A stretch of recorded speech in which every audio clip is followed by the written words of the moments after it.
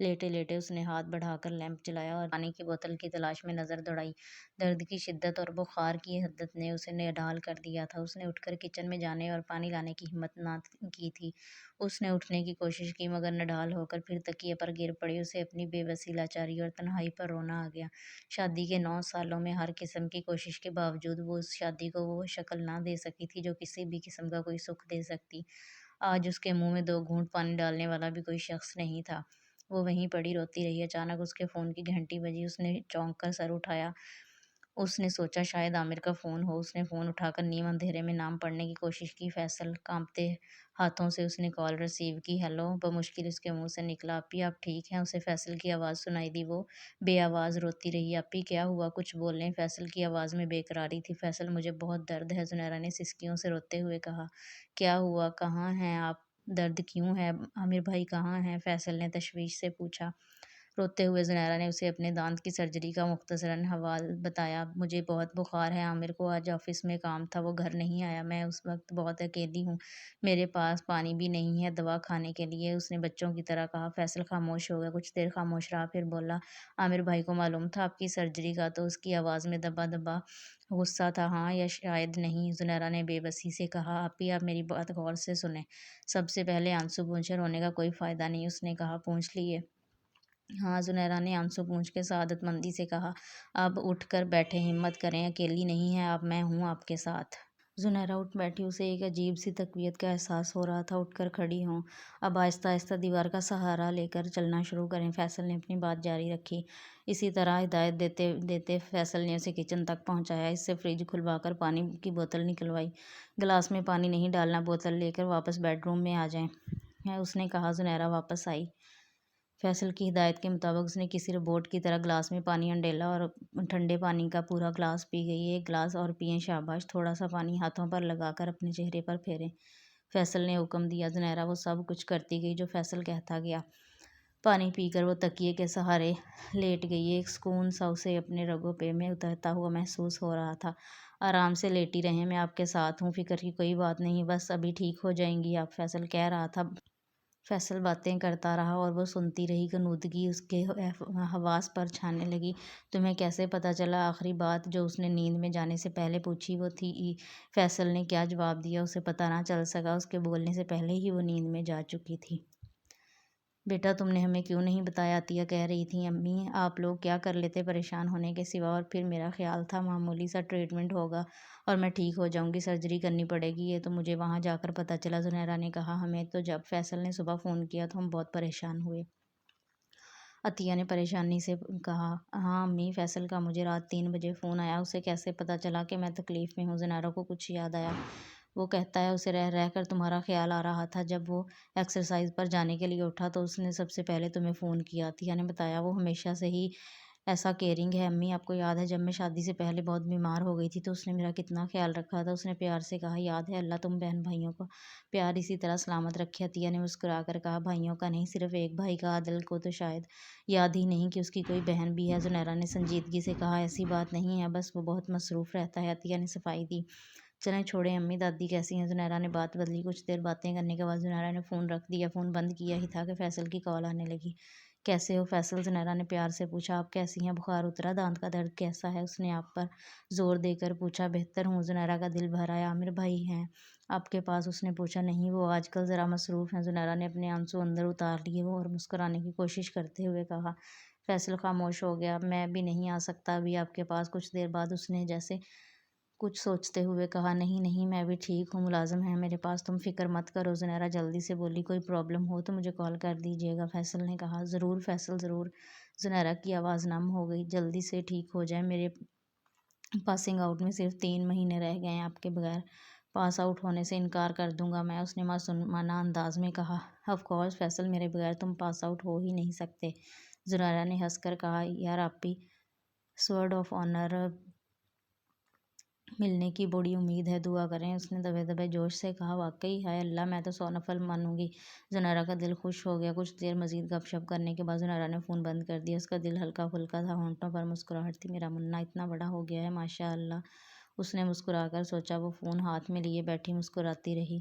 کتنی خود ترسی میں مبتلا رہتی ہوں۔ ماں باپ دور ہیں، ایک بھائی پوچھتا نہیں، شوہر بے قدر اور لاپرواہ ہے، اولاد سے محروم ہوں، لیکن ان سب محرومیوں کا مداوا اللہ نے مجھے فیصل کی شکل میں دے دیا ہے۔ یا اللہ تیرا لاکھ لاکھ شکر، یا اللہ تیرا کروڑ شکر۔ اس نے دل ہی دل میں خدا کا شکر ادا کیا۔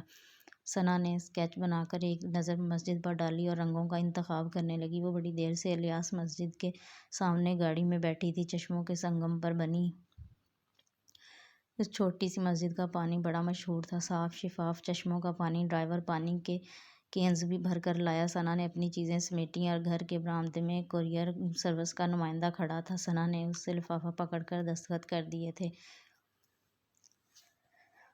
امی، یہ ابو اور آپ کے نام آیا ہے۔ اندر آ کر اس نے لفافہ امی کو پکڑاتے ہوئے کہا، کیا ہے؟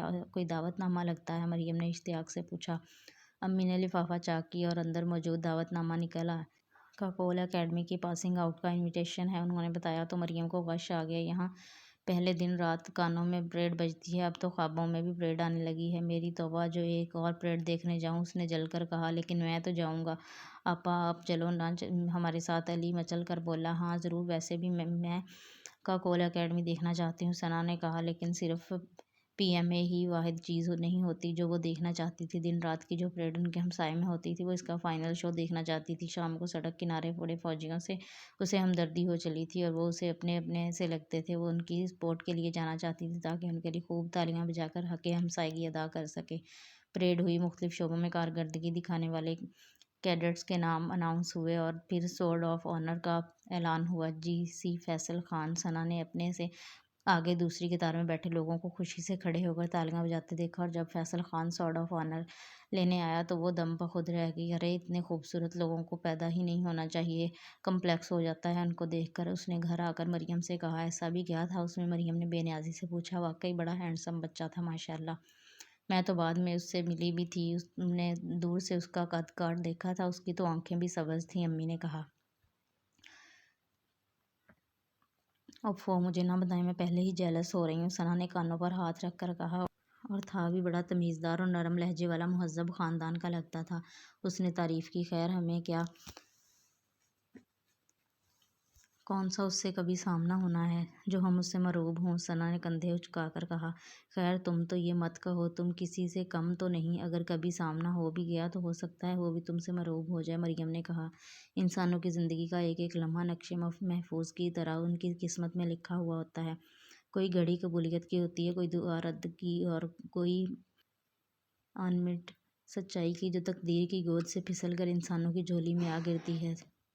تقدیر انسان کی تدبیر پر مسکراتی ہے اور چپکے چپکے زندگی کی کہانی بنتی رہتی ہے۔ کبھی اس میں بہت سے پھندے ٹانک دیتی ہے، کبھی جھٹکے سے دھاگا توڑ دیتی ہے۔ پاسنگ آؤٹ پریڈ کو پورا ایک ہفتہ گزرا تھا جب دروازے پر بیل ہوئی۔ ثنا کو یوں لگا جیسے گھنٹی نے اسے آواز دے کر بلایا ہو۔ وہ دروازے کی طرف چلی تو اس کا دل دھڑک دھڑک کر گھنٹی کی خطرے کی گھنٹی بجانے لگا۔ اس کا رواں رواں گنگنانے لگا، دروازہ مت کھولنا، اپنے آپ کو کھو بیٹھو گی۔ اس کی چھٹی حس نے خبردار کیا۔ بھاگ کر دروازہ کھولو، باہر تمہارا جیون کھڑا ہے، اس کے وجدان نے خوشی سے جھوم کر کہا۔ گہرا سانس لے کر ثنا نے اپنے کانپتے ہاتھوں پر قابو پایا اور دروازہ کھول دیا۔ وہ برآمدے میں دروازے کی طرف پشت کیے کھڑا تھا۔ ثنا نے اس کا لمبا قد اور چوڑے شانے دیکھے، اس کا چہرہ دیکھے بغیر بھی وہ جان گئی کہ وہ کون ہے۔ وقت نے انگڑائی لی اور اس انمول لمحے نے جھک کر سرگوشی میں اسے بتایا کہ اب کیا ہونے والا ہے۔ دروازہ کھلنے کی آواز پر وہ مڑا۔ اف خدایا، اس کی آنکھیں تو واقعی سبز ہیں۔ ثنا کے دل نے دھڑک کر کہا۔ کائنات کی سانس تھم گئی اور وہ اس سناٹے میں دونوں دم بخود کھڑے ایک دوسرے کو دیکھتے رہے۔ ثنا نے اس کے کندھوں پر سجے ستاروں کو دیکھا، فیصل نے اس کی آنکھوں میں چمکتے ستارے دیکھے۔ تو گئی ثنا، ثنا کے دل نے مایوسی سے کہا۔ مر گئے، فیصل کے دل نے فیصلہ سنایا۔ باغ میں سے ایک رنگ برنگے پروں والی چڑیا اڑ کر برآمدے میں لٹکے گملوں کے پھولوں پر آ بیٹھی، چوں چوں چوں گویا کہتی ہو کچھ بولو کچھ بولو۔ اس کی آواز سے فیصل نے چونک کر اس کو دیکھا تو ثنا نے خفیف ہو کر نظر جھکائی۔ فیصل نے کھنکار کر ہاتھ میں پکڑی فائل دوسرے ہاتھ میں منتقل کی اور دھیمی آواز میں پوچھا، قریشی صاحب ہیں؟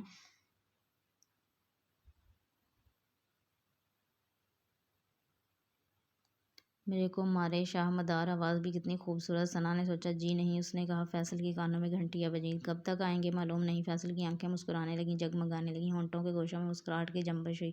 میں دوبارہ آ جاؤں؟ جی ضرور. ثنا نے اپنی مسکراہٹ چھپا لی. ضرور آنا. اس کا دل پکارا. آؤں گا, ضرور آؤں گا, بار بار آؤں گا. فیصل کی آنکھوں نے مسکرا کر کہا. اس رات اپنے بستر میں لیٹے ثنا نے مریم سے کہا. آج میں اس سے ملی. کس سے؟ کتنی ہی دیر. ثنا نے جواب نہ دیا. کیا بتائے؟ کون تھا وہ؟ وہ تو صرف نام ہی جانتی تھی. مریم نے کوہنی کے بل اٹھ کر اپنی جڑواں بہن کا چہرہ دیکھا. ان کی شکل و صورت ملتی تھی اور نہ عادات, لیکن ان کی روحیں آج بھی اس بندھن میں بندھی تھیں جسے ساتھ لیے وہ دنیا میں آئی تھیں. وہ اپنی بہن کے دل کی بات کہے بغیر بھی جان سکتی تھی. وہ سوڈ آف آنر والا؟ مریم نے پوچھا. ثنا چپ رہی. کہاں ملا؟ مریم نے ایک اور سوال کیا. گھر آیا تھا ابو سے ملنے. ثنا نے دھیمی آواز میں کہا. پھر؟ مریم. میں خود سے بہت شرمندہ ہوں. میں اس کے بارے میں کچھ نہیں جانتی. نہ مزاج, نہ عادات, صرف شکل و صورت دیکھ کر میں اتنی سطحی باتوں پر یقین تو کبھی نہیں رکھتی تھی. ثنا کی آنکھوں میں آنسو آ گیا. اس نے بات ادھوری چھوڑ دی. کتنی ہی دیر دونوں کے بیچ میں خاموشی رہی. میں نے کہیں پڑھا تھا کہ دنیا میں آنے سے پہلے عالم ارواح میں روحیں اکٹھی رہتی ہیں اور دنیا میں آنے کے بعد یہاں اپنے ساتھیوں کو پہچان لیتی ہیں. جتنا قریبی تعلق وہاں ہوتا ہے اتنی ہی کشش انہیں یہاں ایک دوسرے میں محسوس ہوتی ہے. مریم نے کہا. واقعی؟ ثنا نے پوچھا. ہاں دیکھو نا, تم جو بھاگ بھاگ کر پریڈ کے بعد سڑک پر پڑے فوجیوں کو دیکھنے جاتی تھی, تمہاری روح تمہیں کھینچ کر لے جاتی تھی کہ وہاں جاؤ. وہاں تمہارا روحانی ساتھی کسی کھڈے یا نالے میں سویا پڑا ہوگا. مریم اسے فلسفیانہ انداز میں سمجھا رہی تھی. دونوں ہنسنے لگیں. ثنا نے تکیہ اٹھا کر مریم کو دے مارا. کمرہ ان کی نکرئی ہنسی سے گونج اٹھا. کیا ہو گیا ہے مجھے؟ فیصل نے سر جھٹک کر اپنے خیالات فوکس کرنے کی کوشش کی. اس طرح تو اس کے ساتھ کبھی نہیں ہوا تھا. اس نے زندگی میں کئی لڑکیوں کو دیکھا تھا, اپنے دل میں ان کی خوبصورت ذہانت یا ٹیلنٹ کو سراہا تھا, لیکن یہ کیفیت تو اس کی کبھی نہ ہوئی تھی. شام کو وہ ٹینس کھیلنے نکلا تو اپنے خیالوں میں گم پچھلے گراؤنڈ میں جا نکلا. وہاں لڑکے فٹ بال کھیل رہے تھے. وہ ریکٹ ہاتھوں میں لیے وہاں بیٹھا انہیں دیکھتا رہا. میچ ختم ہو گیا, اندھیرا چھا گیا, لڑکے گراؤنڈ سے چلے گئے اور پھر وہ وہاں بیٹھا خالی گراؤنڈ کو دیکھتا رہا. ہوش کر فیصل, پاگل ہو گیا ہے کیا؟ چل اٹھ اندر چل. اس نے اپنے آپ کو ڈانٹا. کمرے میں آ کر وہ کپڑے بدلے بغیر بستر میں لیٹ گیا. فیصل چل یار, کھانے کے لیے آجا, قورمہ پکا ہے آج میس میں. یاسر نے دروازے میں جھانک کر آواز دی. نہیں مجھے بھوک نہیں, تم لوگ جاؤ. تجھے بھوک نہیں؟ یہ کیسے ہو سکتا ہے؟ تو شام کو ٹینس کھیلنے بھی نہیں آیا؟ ہاں بس کچھ سر میں درد تھا. اتنا نازک مزاج تو نہیں ہے تو. زیادہ درد ہے؟ دوائی لے لے چل کر. او یار کچھ نہیں, بس سو جاؤں گا تو ٹھیک ہو جاؤں گا. اچھا چل پھر تو سو جا. اس کے جانے کے بعد فیصل نے کروٹ بدل کر تکیہ سر پر رکھ لیا. تھوڑی دیر ایسے ہی لیٹا رہا, پھر فون اٹھا کر سارا کو فون کیا. آپی مجھے آپ سے کچھ بات کرنی ہے. سلام دعا کے بعد اس نے جھجک کر کہا. ہاں بولو. وہ سوچ میں پڑ گیا. کیا؟ کچھ نہیں, میں کہہ رہا تھا کہ میں اس ویکنڈ پر نہیں آ سکوں گا. اس نے گہرا سانس لے کر کہا. کیوں؟ وہ مجھے کام ہے کچھ. اچھا چلو اگلے ویکنڈ پر تو آؤ گے نا؟ سارا نے مایوسی سے کہا. کچھ کہہ نہیں سکتا. کچھ دیر ادھر ادھر کی باتیں کر کے اس نے فون رکھ دیا. بہت دیر فون ہاتھ میں لیے سر جھکائے بیٹھا رہا. پھر دوبارہ کال ملائی. عادل یار ایک بات تو بتاؤ. دیکھو فیصل, اگر تم پھر سے کوئی شادی کا شوشہ چھوڑنے لگے ہو تو. عادل نے اس کب بات سے بغیر کہنا شروع کر دیا. نہیں نہیں, تمہاری بات نہیں ہے میری بات ہے. تمہاری بات ہے. ہاں کیا کر بیٹھے ہو؟ یہ یقین رکھتے لو ایٹ فرسٹ سائٹ, وہی تو سمجھ نہیں آ رہا. یہ بتاؤ تم ہو؟ ہاں کیوں نہیں. آپ کو پہلی نظر میں کوئی لڑکی اچھی لگتی ہے, پھر آپ کا دل اسے شادی پر تل جاتا ہے, پھر کچھ دن بعد آپ کو عقل آ جاتی ہے. وہ رومانی میں کہہ رہا تھا. اچھا یہ فیلنگ آ کر گزر جاتی ہے؟ ہاں ہاں کچھ دن لگتے ہیں, پھر آپ کو افاقہ ہو جاتا ہے. ہر بیماری کی بھی لو ایٹ فرسٹ سائٹ طرح اپنا وقت لے کر ٹلتا ہے. وہ یہ ہے یا زکام؟ اچھا یہ بتاؤ تمہیں ہوا کبھی لو کئی دفعہ؟ اس لیے تم شادی کے لیے نہیں مانتے ہو یار. وہ اور بات ہے. کیا بات ہے؟ دیکھو شادی پوری زندگی کا معاملہ ہے, ایسے ہی منہ اٹھا کر نہیں کر لی جاتی. شادی کسی لڑکی کو 2-3 سال تک اچھی طرح جانیں پرکھیں پھر شادی کریں. تو تم پرکھ لو کسی لڑکی کو. فیصل بھی اس کی جان چھوڑنے پر آمادہ نظر نہیں آ رہا تھا. اب میں کچھ کہوں گا تو تم پھر امی اور دادی کو میرے پیچھے لگا دو گے. 4 دن گزرے, پورا ہفتہ گزر گیا. فیصل کو افاقہ نہ ہوا. وہ آنکھیں بند کرتا تو آنکھوں کے آگے ایک معصوم چہرہ آ جاتا. آنکھیں کھولتا تو کانوں میں میٹھی آواز گونجنے لگتی. کیا کہا تھا اس نے؟ جی نہیں معلوم. نہیں جی ضرور. وہ ان چند لفظوں نے اس کا چین چھین لیا تھا. اس نے ایکسرسائز کا وقت بڑھا دیا, دوسروں کی ڈیوٹیاں دینے لگا, لائبریری جانے لگا, دوستوں میں زیادہ وقت گزارنے لگا. مگر مرض بڑھتا گیا جوں جوں دوا کی. اب مصیبت یہ تھی کہ محبوب کی گلی جائے کس بہانے. وہ فائل تو قریشی صاحب ایفیشنٹ صاحب نے اسی دن اپنا چپڑاسی بھیج کر منگوا لی تھی. کس قدر تھے محبوب کے ابا پاسنگ آؤٹ ہو چکی تھی, اس لیے پریڈ کو بھی مہینے کا بریک مل گیا تھا, ورنہ وہ کسی بہانے پریڈ گراؤنڈ میں ہی چلا جاتا. لو میں میڈل جیتا تھا میں نے. وار اسٹریٹجیز کمال ہو گیا یار، میں فیل ہو رہا ہوں، وہ دل میں سوچتا اسٹریٹجیز اسے بھلانے کی کوشش کرتا، وہ بھلایا نہ جاتا تھا، وہ اس سے ملنے کی کوئی تدبیر سوچتی نہ تھی، نہ جانے رفتن نہ پائے ماندن، دوستوں میں بیٹھتا تو سوچوں میں گم رہتا، اس کے ہاتھ باہر جاتا تو گردن گھما گھما کر ادھر ادھر دیکھتا رہتا، گویا کسی کو تلاش کر رہا، اس سے کچھ بننا پڑتی تھی، وہ حیران و پریشان اپنے دل کو سمجھانے کی ناکام کوشش کرتا رہتا تھا، شاید میں پاگل ہو رہی ہوں، ثنا نے اپنا سر تھام کر سوچا۔ شام کو اس نے اپنے آپ کو لان میں پھولوں کے پاس کھڑے پایا تو ایک دم سے چونک گئی، یہاں کیوں آئی میں، اس نے اپنے آپ سے پوچھا، لیکن کوئی جواب نہ ملا، وہ اپنے آپ سے ناراض ہو گئی۔ دن تھا کہ ڈیڑھ بن میں گزرتا تھا، رات تھی کہ خیالوں میں گزرتی تھی، میں دیکھ رہا ہوں فیصل تو بہت عجیب ہو گیا ہے، آج کوئی بہانہ نہیں سنوں گا، چل ہمارے ساتھ ذرا گھوم پھر کے آتے ہیں، مونا لیزا اسے کافی پئیں گے، یاسر نے کہا۔ کہاں ہے یہ تیری مونا لیزا؟ فیصل نے اسے بغیر دیکھے پوچھا۔ یار اچھا، بڑا اچھا کیفے ہے پریڈ گراؤنڈ کے پاس۔ کہاں؟ اس نے بے یقینی سے پوچھا۔ پریڈ گراؤنڈ کے پاس یار، پہلے تو پریڈ کر کر کے ہمت نہیں رہتی تھی ادھر ادھر دیکھنے کی، اب ذرا یہ، اس نے کچھ شوق لہجے میں کہا۔ کب جا رہے ہیں؟ اس نے جلدی سے اس کی بات کاٹتے ہوئے پوچھا۔ بس کوئی 2 گھنٹے تک، ابھی چل۔ وہ تیزی سے اٹھتے ہوئے، یاسر نے اسے حیرت سے دیکھا۔ ابھی؟ اچھا چل پھر۔ بڑے دن بعد فیصل دل لگا کر تیار ہوا، وہ پریڈ گراؤنڈ پہنچے۔ فیصل نے جان بوجھ کر اس کے گھر کے سامنے جیپ کو 2 3 جھٹکے دیے اور جیپ روک دی۔ کیا ہوا؟ دوستوں نے پوچھا۔ پتہ نہیں، انجن دیکھتا ہوں۔ اس نے جیپ سے اتر کر اس کا بونٹ اٹھا لیا اور اس کی اوٹ میں کھڑا ہو کر ثنا کے گھر کی طرف دیکھنے لگا۔ بڑی دیر دیکھتا رہا، کوئی نظر نہ آیا۔ مایوس ہو کر اس نے بونٹ بند کیا اور پھر سے ڈرائیونگ سیٹ پر آ بیٹھا۔ اسٹارٹ کی اور وہ سب مونا لیزا پہنچے۔ ارے یہ تو ان کے گھر سے 3 منٹ کا پیدل راستہ ہے، اس نے خوش ہو کر سوچا۔ بھئی مجھے یہ کیفے بہت پسند آیا، اب یہاں روز آیا کروں گا، اس نے دوستوں سے کہا۔ لیفٹیننٹ صاحب، اتنی تنخواہ نہیں ہے آپ کی کہ آپ روز روز یہاں آ کر کافی پئیں، عیاشی آپ اپنے ابا کے پیسوں پر کر سکتے ہیں، اپنے پیسوں پر نہیں، یاسر نے مذاق کرتے ہوئے کہا۔ گڈ آئیڈیا، فیصل نے چٹکی بجاتے ہوئے کہا۔ واپسی پر جیپ ثنا کے گھر کے سامنے سے گزارتے ہوئے اس نے آہستہ کر لی اور سائیڈ ویو مرر میں یک ٹک اس کے گھر کی طرف دیکھتا رہا۔ کہاں جا رہا ہے قریشی صاحب؟ میں نہ ٹھوک دینا، یاسر نے چلا کر کہا تو فیصل نے زور کی بریک لگائی کہ یاسر کا سر ونڈو اسکرین سے جا ٹکرایا۔ ابے مار ڈالا، اس نے دہائی دی، لیکن فیصل کہاں سن رہا تھا، وہ کود کر جیپ سے اترا اور دوڑ کر قریشی صاحب کو جا لیا۔ ان کے ساتھ شاید ان کی بیگم بھی تھی، فیصل نے غور نہیں کیا، اس کی نظریں تو صرف ثنا کے چہرے پر تھیں۔ وہ اسے دیکھ کر ذرا سا مسکرائی، پھر اپنے ساتھ کھڑی لڑکی سے آنکھوں ہی آنکھوں میں کچھ کہنے لگی۔ فیصل نے قریشی صاحب سے ہاتھ ملایا اور اپنا تعارف کروایا۔ سر، وہ میں کنٹونمنٹ ریکارڈ کی فائل لایا تھا آپ کے لیے، اس نے کہا۔ وہ فائل تو میں نے تبھی منگوا لی تھی، قریشی صاحب نے کچھ حیران ہو کر کہا۔ جی جی، فیصل کو سمجھ نہ آیا اب کیا کہے، نظریں تھیں کہ ثنا کے چہرے کو دیکھنا چاہتی تھیں، لیکن قریشی صاحب کے سامنے کھڑا وہ دل محسوس رہا تھا۔ جب آپ کا کام ختم ہو جائے تو میں لینے آ جاؤں گا، اس نے ایک اور کوشش کی۔ نہیں، اس کی ضرورت نہیں، میں خود بھجوا دوں گا، یہ وار بھی خالی ہے۔ نو پرابلم سر، میں اکثر یہاں مونا لیزا آتا رہتا ہوں، آپ کو کوئی کام ہو میں حاضر ہوں۔ تھینک یو، ضرورت ہوئی تو ضرور کہوں گا، انہوں نے اپنے مخصوص انداز میں کہا۔ مونا لیزا نے اچھا اثر ڈالا ہے اس کی صحت پر، تب سے چہک رہا ہے، یاسر نے جب پی ایم اے واپس جا کر دوستوں کو بتایا تو سب کا ایک بھرپور قہقہ پورے کمرے میں گونج اٹھا۔ سن فیصل، ایک لڑکی دیکھی ہے میں نے، دادی نے فون پر فیصل کو کہا۔ میں نے بھی، فیصل نے بھی جیسے دھماکہ کیا۔ عادل کے لیے؟ دادی نے پوچھا۔ نہیں، اپنے لیے۔ چپ کر، ہر وقت مذاق، دادی خفا ہو گئیں۔ اب ہی تو میں سیریس ہوا ہوں، وہ سنجیدگی سے ان کی بات کاٹتے ہوئے بولا۔ تو لاہور کب آئے گا؟ دادی نے بے یقینی سے پوچھا۔ ہائے دادی، کیسے ہوں، کسی نے باندھ رکھا ہے مجھے یہاں، 2 3 مہینے تک آؤں گا۔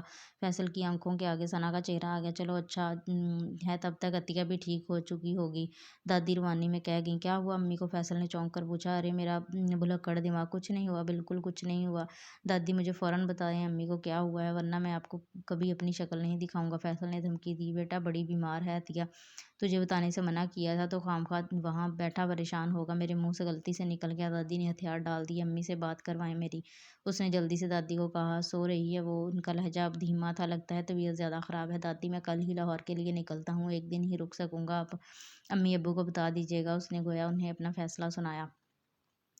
دادی کا فون رکھ کر فیصل نے زنیرا کو فون کیا اور اسے تیار رہنے کو کہا اور آرمی کے ٹرک میں اسلام آباد تک چلا جاتا تھا اور وہ پھر وہاں سے زنیرا کو ساتھ لے کر اس کی گاڑی میں لاہور آ جاتا تھا۔ اچانک ٹرپ کا سن کر زنیرا خوش ہو گئی، فیصل کی کمپنی میں وہ بہت خوش رہتی تھی، وہ اسے جتنا ہنساتا تھا اسے لگتا تھا کہ 1 مہینے کا ہنسی کا کوٹہ پورا ہو گیا۔ اس نے خوشی خوشی کھانے پینے کی ڈھیروں چیزیں بنائیں، سینڈوچ، براؤنیز،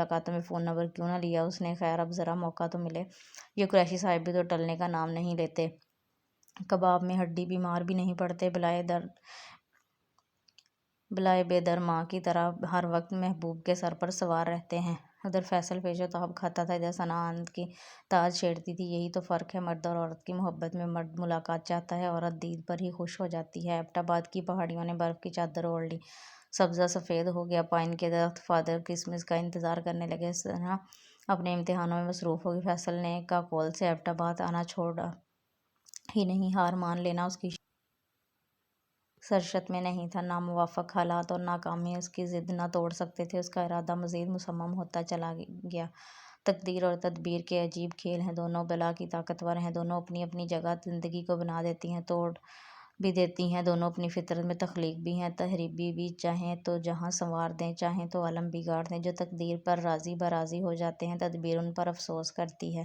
جو صرف تدبیر پر بھروسہ کرتے ہیں، تقدیر ان پر ہنستی ہے۔ لیکن کوئی خوش قسمت ایسا ہوتا ہے جس کے لیے یہ دونوں ہاتھ میں ہاتھ ڈال کر ایک منظر نامہ تخلیق کرتی ہیں اور پھر اسے بازو سے پکڑ کر اس منظر میں لا کھڑا کرتی ہیں۔ فیصل دفتر کے کسی کام سے ایبٹ آباد گیا تھا۔ کام جلدی ہو گیا۔ اس نے گھڑی دیکھی، پریڈ گراؤنڈ اور مونا لیزا کا چکر لگایا جا سکتا تھا۔ اس کی آنکھوں کے سامنے ثنا کا چہرہ آ گیا، مسکراتا ہوا معصوم چہرہ۔ آخری مرتبہ جب وہ اسے نظر آئی تھی تو اس نے کس رنگ کا لباس پہن رکھا تھا؟ فیصل نے یاد کرنے کی کوشش کی۔ ایسی باتیں وہ نوٹ کرتا تھا، نہ اسے یاد رہتی تھیں۔ شاید گلابی۔ اس نے سوچا کینٹ کی کشادہ سڑکوں پر گاڑی چلتے چلتے اسے گلابی کپڑوں میں ایک لڑکی نظر آئی۔ فیصل کو اس پر ثنا کا گمان ہوا۔ اس حد تک سوچنے لگا ہوں میں اس کے بارے میں، اب وہ مجھے جگہ جگہ نظر آنے لگی ہے۔ فیصل نے حیران ہو کر سوچا۔ وہ آگے نکل آیا تھا۔ اس نے بیک ویو مرر میں نظر ڈالی۔ وہ لڑکی اس کی طرف دیکھ رہی تھی۔ وہ سچ مچ ثنا تھی۔ فیصل نے زور کی بریک لگائی کہ برف سے پھسل کر سڑک پر اس کی جیپ کئی فٹ تک پھسلتی چلی گئی۔ اس نے جلدی سے اسے ریورس گیئر میں ڈالا اور پیچھے لے آیا۔ کود کر وہ جیپ سے اترا تو اس کے چہرے پر بے یقینی، حیرت اور خوشی صاف لکھی نظر آ رہی تھی۔ خلاف معمول ثنا اسے دیکھ کر مسکرائی نہیں، وہ ہراساں سی کھڑی تھی۔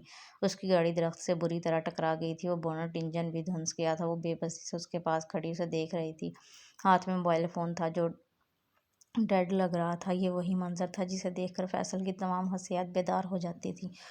وہ آگے بڑھ کر معاملات اپنے ہاتھ میں لینے کا عادی تھا۔ یہ تو پھر ثنا کا معاملہ تھا۔ آپ کو چوٹ تو نہیں آئی؟ اس نے ثنا سے پوچھا۔ نہیں، زیادہ نہیں۔ وہ بھی ہراساں کھڑی تھی۔ مطلب چوٹ آئی ہے؟ کہاں لگی ہے چوٹ؟ فیصل نے تشویش سے کہا۔ یہ کہتے کہتے اس کی نظر ثنا کے ماتھے پر پڑی جہاں نیل کا نشان ابھر رہا تھا۔ ثنا نے ہلکے سے اس نشان کو چھوا۔ نہیں، کچھ زیادہ چوٹ نہیں لگی، اس نے اپنا ماتھا سہلاتے ہوئے کہا۔ فیصل گاڑی کی طرف متوجہ ہوا۔ اس کا بونٹ پچک گیا تھا۔